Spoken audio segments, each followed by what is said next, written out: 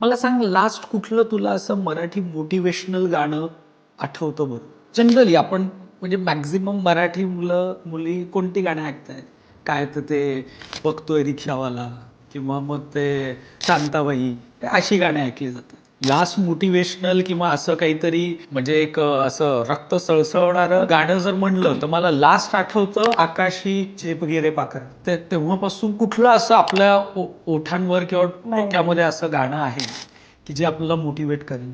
मराठी चित्रपट असं सांग की जो मराठी इंडस्ट्रियलिस्ट वरती किंवा मराठी बिझनेसमॅनची एखादी बायोपिक बन. नाही. कोणते बायोपिक बनतात आपल्याकडे? काशीनाथ घाणेकर, बालगंधर्व, नटरंग. कट्यार काळजात हो. घुसली. मग का किर्लोस्करांची स्टोरी आपण बायोपिक मध्ये दाखवत नाही? का गरवारेंची स्टोरी आपण दाखवत नाही? का राम भोगलेंची स्टोरी आपण दाखवत नाही?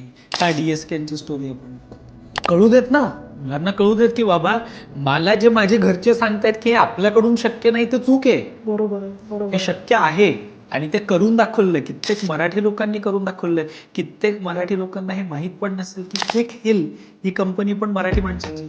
पण चित्रपट खूप मोठं माध्यम आहे चित्रपट खूप परिवर्तनासाठी.